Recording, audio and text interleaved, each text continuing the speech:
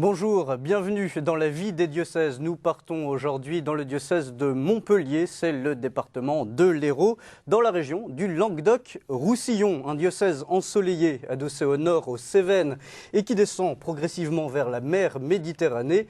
Très vieux diocèse, le diocèse de Montpellier est depuis le IIIe siècle un lieu de passage très fréquenté jusqu'à aujourd'hui, avec l'afflux annuel de centaines de milliers de touristes entre Pâques et la Toussaint. Région viticole, le diocèse de Montpellier attire également depuis ces 3 dernières années de nouvelles populations qui viennent s'y installer. Près de 1500 personnes arrivent chaque année, ce qui constitue bien sûr un enjeu pour l'Église catholique diocésaine. Monseigneur Guy Thomazeau, bonjour. Bonsoir. Vous êtes l'archevêque de Montpellier depuis 2002 et auparavant vous étiez en région parisienne et plus particulièrement sur Paris également. Vous êtes né à Neuilly-sur-Seine, vous avez été curé dans les quartiers chics de la capitale pour ensuite devenir évêque auxiliaire de Meaux en 1988, puis évêque du diocèse de Beauvais, c'était en 1995. Vous êtes aussi le chapelain général de l'ordre de Malte et vous aimez beaucoup prêcher des retraites, notamment au foyer de charité de la Flatière dans la vallée de Chamonix. Monseigneur Guy Thomazeau, c'est donc en 2002 que vous êtes arrivé dans le diocèse de Montpellier. Est-ce qu'il y a une grosse différence entre le diocèse de Beauvais, par exemple, en région parisienne, où vous avez été évêque durant 7 ans, et ce diocèse de Montpellier? On imagine que ce n'est pas juste le climat qui change. C'est une des merveilles de notre pays de France, que sa variété. Et c'est vrai que, étant originaire de Paris et de l'ouest de la France, à travers ma famille, ça a été un grand dépaysement. Et comme je l'ai dit en arrivant à Montpellier, je découvre, même si je l'avais traversé une fois ou l'autre, mais pas souvent, une autre France. Par, bien sûr, le climat, par le fait d'être un pays frontalier de la mer, Méditerranée, et puis par les populations et les brassages de populations que comporte cet arc méditerranéen depuis des temps historiques. Qu'est-ce qui vous a le plus séduit dans la culture locale, dans le comportement des habitants de l'Hérault?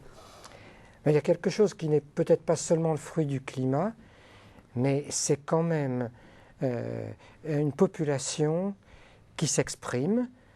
Par exemple, dans les églises, j'aime beaucoup mes picards surgelés du diocèse de Beauvais, qu'on a dégelé avec beaucoup de joie, mais là, les églises de l'Hérault, les assemblées chantent, et pas simplement les premiers rangs, mais l'assemblée entière.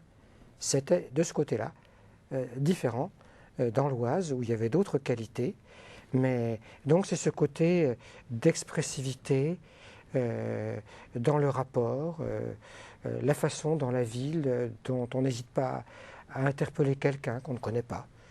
Ça m'est arrivé que 2 fois, peut-être à cause aussi de mon col romain et d'une croix un peu ostentatoire, m'a dit un jour le maire de Montpellier. Vous aimez vous promener dans cette région? On parlait tout à l'heure des Cévennes, des vignobles. J'aimerais en avoir plus de temps encore, mais en 7-8 ans, au moins pour la plaine viticole, j'ai vu le paysage changer parce que la crise a été si grave que beaucoup d'arrachages de vignes se sont faits sur des terres qui ne pourront guère produire que de l'olivier et de la garrigue dans certains coins. Et en 7-8 ans, dans certains coins, le paysage a changé. Avant, c'était vraiment dans la plaine, il n'y avait que la vigne à perte de vue. C'est un souci pour vous, cette crise On ne peut pas de la vigne ignorer qu'il n'y a pas que la vigne d'ailleurs qui est en souffrance. C'est dans notre pays le monde agricole qui a vraiment des difficultés. Rançon peut-être de choses nécessaires avec la construction de l'Europe et de la mondialisation, mais quand même, quand on sait qu'il y en a qui ont faim, de voir la désespérance de producteurs qui n'arrivent pas à trouver sur le marché à vendre le fruit de la terre. Vous êtes dit, là, l'Église doit peut-être agir, doit dire quelque chose? Dans la province, il y a eu une fois une déclaration solidaire de l'ensemble des évêques du Languedoc-Roussillon, les 5 diocèses, et puis ces temps-ci, séparément, l'un ou l'autre des évêques a repris la parole, en particulier à Carcassonne. Alors pour découvrir ce département de l'Hérault, ce diocèse de Montpellier, vous avez fait appel à un évêque auxiliaire, monseigneur Claude Azéma. C'est un homme du terroir qui connaît bien le diocèse. Qu'est-ce qui vous a fait découvrir de particulier? En quoi c'est important qu'il soit là? Quand j'ai mesuré, n'étant plus tout jeune, et puis qu'il fallait créer cet archidiocèse, ce siège métropolitain qui regrouperait les diocèses qui configuraient la région administrative, j'ai réalisé à quel point, pour le bien de mon diocèse, pour le bien de la province, il serait sage, parce qu'il y avait eu des précédents. Il y avait déjà eu des évêques auxiliaires à Montpellier, donc je n'inaugurais pas, alors que la population a beaucoup augmenté par rapport au temps de certains de mes prédécesseurs. La population a considérablement augmenté. 1 million de personnes on dépasse le million maintenant. Et l'agglomération même de Montpellier, je crois que c'est la 8e agglomération de France, ça est 450-500 000. Donc la moitié de la population de l'Hérault qui est concentrée là. Alors, c'était sage de dire au pape, très simplement, est-ce que je peux avoir le concours de quelqu'un? Et dans ce cas-là, permettez-moi de demander quelqu'un du terroir. Et le père Azéma est fils de viticulteur. Il est capable, ce que je ne pourrai jamais faire, de prêcher en Languedoc. Et il parle l'espagnol, et notre région touche les diocèses catalans, là. C'est donc très précieux et il met d'un grand concours. Alors l'Hérault, région bien sûr touristique, on en parlait tout à l'heure, avec des sites bien connus comme Sète, Palavas-les-Flots, Béziers, le Cap d'Agde ou la petite cité médiévale de Saint-Guilhem, le désert et son abbaye, étape du chemin de Saint-Jacques de Compostelle. Donc le diocèse de Montpellier attire chaque année des centaines de milliers de touristes. En quoi cela peut-il interpeller l'église diocésaine, monseigneur? Il y a eu des périodes que moi j'avais connues sur la côte atlantique, d'une pastorale de l'été très organisée. Vous appelez ça la pastorale de l'été? Ça veut dire que c'est un moment fort pour vous dans l'année? Mais bien sûr. On disait entre Pâques et la Toussaint, c'est une réalité? Pour vous donner un exemple, quand je suis arrivé, il y a deux églises au moins dans mon diocèse importantes, celle du Cap d'Agde et celle de la Grande Motte, construite par Balladur. Eh bien, dans ces deux endroits, il y a une population l'hiver, donc il y a une église, mais elle comporte des grandes baies ouvrantes, et l'été, la partie la plus importante de l'assemblée est dehors.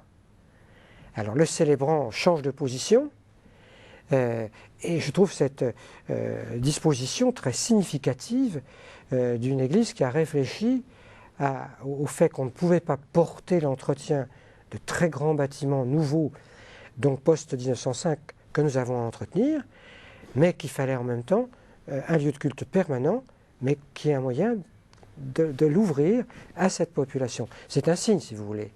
Alors, ce qui, bien sûr, fait un peu le problème, c'est qu'il faudrait le clergé en conséquence. Nous sommes un peu aidés, dans le cadre d'ailleurs d'un jumelage avec les 5 ou 7 maintenant diocèses du Mali. C'est un petit peu notre démesure méridionale. On n'est pas jumelé avec un diocèse, on est jumelé avec un pays. Et ça fait 40 ans que le diocèse est jumelé avec le Mali. Il n'y avait pas autant de diocèses quand le jumelage a commencé. Eh bien, tous les étés, nous avons un renfort de prêtres. Et comme c'est un dialogue permanent avec ces diocèses, ça facilite une bonne compréhension. Et il y a donc un renfort de prêtres maliens. Et ils apportent une saveur à cette pastorale pour laquelle j'aimerais pouvoir faire plus. Alors quelles peuvent être les attentes des touristes? Parce qu'on imagine qu'ils viennent là chercher le soleil, se détendre, s'amuser. On n'imagine pas forcément qu'ils peuvent avoir une attente spirituelle. Est-ce qu'il déjà il y a une attente et quelle est-elle cette attente? Absolument. Absolument. Le problème là aussi, ça va être les moyens. Il y a des personnes qui ont une vie stressante et pour lequel le repos de l'été est aussi un repos de l'esprit. Quand on voit ce qui se passe aujourd'hui dans certaines entreprises avec ces pandémies de suicide, eh bien, que de fois des prêtres me disent, nous recevons des personnes pour lesquels c'est le contact un peu long. S'il y a quelqu'un pour les accueillir, qui n'est pas nécessairement uniquement le prêtre, à la Grande Motte, le presbytère maintenant est occupé, figurez-vous, par 3 dominicaines des campagnes. Celles que j'avais connues faisant la betterave en Seine-et-Marne, et qui maintenant habitent le presbytère. Ce sont des sœurs d'âge tout à fait canonique. Mais je vous assure que pour l'accueil, elles sont un signe d'église, elles sont heureuses de voir comment elles peuvent être missionnaires dans une campagne un peu différente, où la moisson n'est pas la même. Mais donc, c'est les personnes... Alors, la pastorale de l'été, elle est très mouvante. Vous arrivez aujourd'hui à répondre à ces attentes? Vous arrivez à trouver les forces vives sur le terrain pour pouvoir répondre aux attentes des différents touristes? C'est la vraie question. Alors, on a une pastorale du tourisme qui essaye, si vous voulez, quand même aussi de favoriser ce qui est faisable. Entre autres, l'accueil dans tous les petits sanctuaires, parce qu'ils ne restent pas tous à bronzer. D'ailleurs, le soleil est trop chaud. Les coups de soleil. Donc, l'ombre des églises est la bienvenue. Ils vont souvent un petit peu dans l'arrière-pays. Et puis alors, c'est une expression religieuse du littoral avec les confréries. Il y a beaucoup de petits pèlerinages. Donc c'est une pastorale de temps fort, parfois très colorée. La fête des pêcheurs de Sète, la Saint-Pierre, alors pour être sûr de bien la faire. Et puis la mairie, peut-être pour favoriser le tourisme s'y est intéressée, il y a une Saint-Pierre du mois de juillet et puis une Saint-Pierre du mois d'août. Et c'est très coloré avec les pêcheurs de thon de Sète. On dira que c'est la religion populaire. Je crois qu'il y a là une expression qu'il ne faut surtout pas négliger et dans laquelle la pastorale de l'été peut jouer un rôle. Alors on a parlé des touristes et de ces centaines de milliers de touristes qui viennent chaque année. On parle aujourd'hui, c'est une nouveauté, de ces personnes qui viennent s'installer dans le diocèse de Montpellier. Il y en a 1500 à peu près par an depuis 3-4 ans. C'est plus que ça. Voire plus cette année. Des gens qui viennent des fois du nord de la France, des fois même de l'étranger. Pour vous, ça correspond à un enjeu aujourd'hui? D'abord, on est là pour annoncer l'Évangile aux gens qui sont là. Et on ne les choisit pas. Et c'est d'ailleurs, il faut voir en termes de richesse, ce qui est aussi en termes parfois de misère. Le soleil attire. Ce climat est très lumineux. Et pour les personnes qui prennent de l'âge, souvent, c'est une joie de se lever le matin et d'avoir un grand soleil, puis cette végétation particulière des rivages méditerranéens. Donc c'est quelque chose qui exerce un attrait. Mais on voit venir aussi des jeunes couples. On voit venir beaucoup de personnes du bassin méditerranéen, et puis toute cette vaste population estudiantine de Montpellier. Je vois arriver aussi cette misère qu'on ne choisit pas. C'est autre chose qu'à Calais, parce que là, ils ne cherchent pas à passer en Angleterre. Ils cherchent même peut-être à y venir à cause du soleil. Mais la misère jeune est très voyante à Montpellier. Et nous avons, en fédérant à la fois le Secours catholique, la conférence Saint-Vincent de Paul et la pastorale de la santé, ouvert une halte solidarité où nous accueillons à longueur de journée ce qui demande beaucoup de bénévolat. Cette collaboration très forte entre Saint-Vincent de Paul, le Secours catholique et la pastorale de la santé, pour offrir. On reçoit en général le matin 150 personnes, grande majorité des tout jeunes. Qu'est-ce que vous leur offrez à ces personnes? Le Secours catholique est très performant pour essayer de les apprivoiser et d'essayer un petit peu de les situer, voir comment on va peut-être pouvoir leur redonner. Alors, il y a le sanitaire, là. De l'autre côté de la cour, il y a certains jours possibilité des soins élémentaires ou d'orientation vers les soins plus sérieux ailleurs. Et puis Saint-Vincent de Paul s'occupe de la restauration à midi.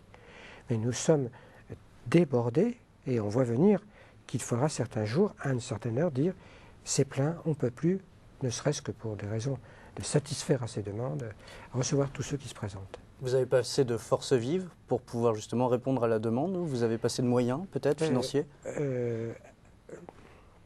C'est surtout ce qui est le plus difficile, mais là nous avons, mais je crois peut-être 80 personnes qui reçoivent, qui se relayent, et on a réussi à ne pas fermer au mois d'août, même si une partie de cette misère émigre vers Palavas et la Grande Motte à ce moment-là. Alors ces personnes qui viennent s'installer, est-ce qu'elles ont une demande particulière? Qu'est-ce qu'elles formulent une demande à l'Église? Qu'est-ce qu'elles attendent aujourd'hui? Dans certaines paroisses, je vois arriver des gens qui ont été très engagés et qui apportent un sang neuf dans les communautés chrétiennes, par un savoir-faire acquis à l'extérieur, et qui découvrent la paroisse comme un lieu d'insertion. Tout comme d'ailleurs je vois dans l'aumônerie des étudiants, nous avons beaucoup d'étudiants par exemple qui viennent d'Afrique francophone. Pour eux, quand ils arrivent dans une grande ville comme ça, pour ceux d'entre eux qui sont chrétiens, où se retrouver? D'instinct, ils viennent vers la paroisse, on les oriente vers l'aumônerie des étudiants. Encore faut-il qu'il y ait des métropolitains pour les y accueillir. Pour faire fonctionner ces paroisses, pour faire en sorte que les laïcs, les prêtres puissent collaborer ensemble, les religieux, les diacres bien sûr, vous avez réuni, c'était à la Pentecôte 2009, plus de 5000 diocésains. Alors malgré des averses de pluie, ce fut un moment de lancement d'orientation nouvelle pour le diocèse. Alors quelles sont aujourd'hui vos priorités pour 2009 et l'avenir bien sûr de votre diocèse? Qu'est-ce qui vous a tenu à cœur au cours de ce rassemblement? Nous avons essayé de surfer sur un événement qui ne se reproduira pas d'ici longtemps, de convertir ce qui avait été vraiment une épreuve, de rebondir, puisque nous avons dû nous retrouver un peu en détresse sur la localisation des services du diocèse. Et que, là, vous parlez de la maison diocésaine. Oui, de la Villa Maglone. Mais parce que la Pentecôte a été provoquée par ça. Vous avez inauguré en fait la nouvelle maison diocésaine à l'occasion de la Pentecôte. Exactement. Donc, si vous voulez, nous avons réfléchi longuement sur les moyens que nous allions pouvoir mobiliser, qui étaient limités. Le terrain que grâce à des sœurs dans Montpellier nous pouvions avoir pour édifier une maison diocésaine plus modeste que nos installations antérieures, puisqu'on réduisait les surfaces bâties de 50%, c'est pas rien, et d'avoir un outil adapté à notre époque. C'est donc cette maison que nous inaugurions comme une maison pour la mission. Montrer qu'une maison diocésaine, ce n'est pas un siège social. C'est très différent. Et dans la façon dont les gens s'y retrouvent. Alors justement, en quoi c'est différent d'un siège social et en quoi c'est une maison pour la mission aujourd'hui? On a essayé de le montrer, et disons que les déluges qui sont tombés ont obligé un moment, on a vu qu'elle était bien construite quand même, parce que je pense que toutes les normes de sécurité ont été violées par la densité de population qui s'est retrouvée au moment du déluge pour essayer de se mettre un peu à l'abri là, et puis chez des sœurs qui voisinaient. Bon, alors, du coup, les gens ont fait une visite, je crois que même la salle du conseil épiscopal était occupée, mon bureau aussi, comme ça, des carrefours qui devaient se tenir dehors, la plupart ont pu se tenir à l'intérieur. C'était l'occasion de découvrir tous les coins de la nouvelle maison diocésaine. De la cave au grenier, sauf qu'il n'y a pas de cave, parce qu'il y a trop d'eau en dessous. Alors en quoi cette maison diocésaine a des dispositions pour l'avenir? En quoi justement ça a été conçu pour ça aujourd'hui? Oui, d'abord ça a été conçu par ceux qui allaient s'en servir. Qui sont? Ils n'ont pas occupé des murs qui existaient. Nous avons ensemble essayé de définir le projet que nous pouvions porter. Par exemple, la mission par les médias, elle est au rez-de-chaussée, et nous avons notre radio qui était à 8 km de Montpellier, nous avons pu la rapatrier. Ça simplifie beaucoup de choses pour avoir des bénévoles, et je crois que ça tourne avec 80 bénévoles, là aussi. Radio RCF Maglone. Bon, c'est au rez-de-chaussée. Au rez-de-chaussée aussi, pour l'accueil, une librairie catéchétique bien achalandée, une salle à manger équipée pour recevoir des gens qui apportent soit leur nourriture qu'ils font chauffer au micro-ondes, soit qui demandent des plateaux parce qu'on n'avait pas de quoi investir dans une cuisine. Et puis, premier étage, c'est la formation, la bibliothèque, tout ce qui va concerner la vie pastorale. Deuxième étage, ben, il faut bien, c'est plus administratif, et puis archives et catholicité. Et tout en haut, ben, le petit staff, parce que la maison va en se rétrécissant comme une pagode. Qu'est-ce que vous attendez de ce nouveau lieu, des gens qui vont y travailler aujourd'hui? Ça fait moins d'un an qu'on y est, donc on est encore un peu en rodage. Première chose que je constate, ceux qui y travaillent et ceux qui viennent s'y réunir sont heureux. Je dirais peut-être par moments un peu fiers d'avoir une maison aussi lumineuse, avec les moyens de la technologie moderne, au point que nous avons des demandes de groupes qui ne sont pas tellement d'églises, mais qui demandent à être accueillis là. Et que les conditions sont importantes, les conditions et les lieux de travail sont importants au rez-de-chaussée en particulier, il y a de la ça. place. Ah, bien sûr, parce que pendant des années, je sais que nous travaillons encore dans beaucoup d'endroits où nous accueillons les enfants dans des lieux pour la catéchèse qui sont parfois vraiment, font un peu pitié. On peut dire qu'ils sont en mauvais état, c'est ça? Parfois, ils n'ont pas été faits pour ça, ou ils sont surdimensionnés. Je n'ai pas vu, comme j'avais vu en Seine-et-Marne, où il n'y avait pas de toilettes. Et quand j'ai dit à la catéchisme, mais comment vous faites? Il y a les buissons là-bas. Alors, quand on voit nos écoles primaires, on ne peut plus accueillir les enfants dans cette situation-là. Ce qui veut dire que, quand même, de donner une image que l'Église, quitte à se rétrécir, parce que c'est ça aussi qu'il faut peut-être faire dans certains cas, les paroisses ont gardé des locaux qui ne sont plus adaptés et elles ont du mal à accepter de faire la bascule, d'avoir peut-être plus petit, mais adapté aux besoins d'aujourd'hui. Les besoins d'aujourd'hui, c'est quoi, concrètement? Pour des enfants, pour rester sur le chapitre des enfants, être dans des pièces un peu lumineuses, propres, qui est un sanitaire correct, une décoration, c'est pas du tout le luxe que nous recherchons, mais au moins que ça ne donne pas l'impression fausse d'une église qui serait en train de se délabrer. Mais quand les bâtiments se délabrent, ça ne donne pas tout à fait l'image qu'on voudrait donner. Donc une église jeune, dynamique, c'est aussi des locaux, des lieux pour accueillir aujourd'hui. C'est pas juste une démarche, c'est pas juste une attitude. Et oui. Et ce qui fait que, comme évêque, j'ai dépensé beaucoup de mes forces, c'est moins présent immédiatement maintenant, pour essayer d'aider, avec beaucoup de personnes qui m'ont bien sûr épaulé ô combien, de mettre les choses d'aplomb. Parce que nous avons peu de moyens, il ne faut surtout pas les gaspiller. Aujourd'hui, qu'est-ce que vous attendez donc justement de ces différents services qui vont peut-être collaborer davantage ensemble grâce à cette nouvelle maison diocésaine? Qu'est-ce que vous attendez des gens qui y travaillent, des laïcs? Vous parliez de cette maison pour la mission. Oui. Quels peuvent être aujourd'hui les enjeux de la mission? Le diocèse est très vaste. Il faut déjà que les gens se rencontrent. Et ils arrivent ici par des rencontres les plus diverses. Et les uns, ça va être des questions de liturgie. D'autres, ça va être des questions, pourquoi pas, de théologie. D'autres, ça va être des questions d'information. Donc déjà, qu'ils se rencontrent. Et surtout, si nous avons peu de prêtres, il faut un lieu qui fasse référence différemment de la cathédrale, des cathédrales, puisque dans ce diocèse, on a regroupé, dans le diocèse de l'Hérault, il y a 5 diocèses d'avant la Révolution, mais qui ont une longue histoire et qui le savent.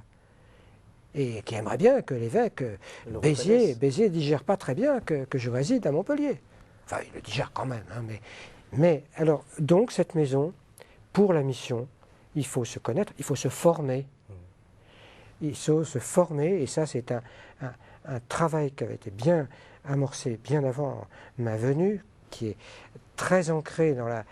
parce que notre diocèse est privé de séminaire local depuis presque 35 ans, disons. C'est à Toulouse aujourd'hui. Hein. Maintenant, tous les diocèses de la province Languedoc-Roussillon vont à Toulouse parce qu'il y a un séminaire qui tourne bien et qui est adossé à un institut catholique. Il y en a 5 en France. C'est une chance parce qu'il y a un corps enseignant de qualité auquel je tiens à rendre hommage. 2 mots, puisqu'on arrive au terme de cette émission, qu'est-ce qui vous soucie aujourd'hui? Qu'est-ce qui peut vous inquiéter pour l'avenir de votre diocèse? Juste en 2 mots, puisqu'on arrive à la fin de cette émission. Je ne voudrais pas terminer sur une inquiétude, parce que, au nom même de ma foi, comme disait un pépiniériste il y a quelques jours, parlant d'un olivier presque millénaire qu'il offrait au diocèse, c'est indestructible comme l'Église.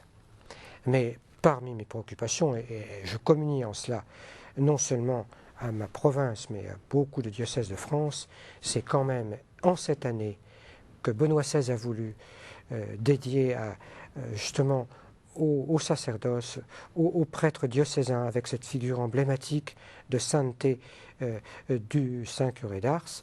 Eh bien, oui, mon souci, c'est de relayer inlassablement l'appel aux familles, à l'enseignement catholique, au mouvement de jeunes, de ne pas avoir peur, de proposer à des jeunes cette belle aventure, si le Seigneur les appelle, de servir un jour comme prêtre, si Dieu le veut. Nous arrivons au terme de cette émission et de notre escapade dans l'Hérault. Monseigneur Thomazeau, un grand merci d'avoir partagé la chaleur des chrétiens de votre pays.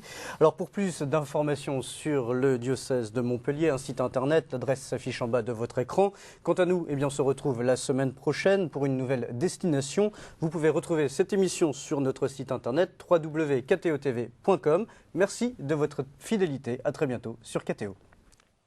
Merci.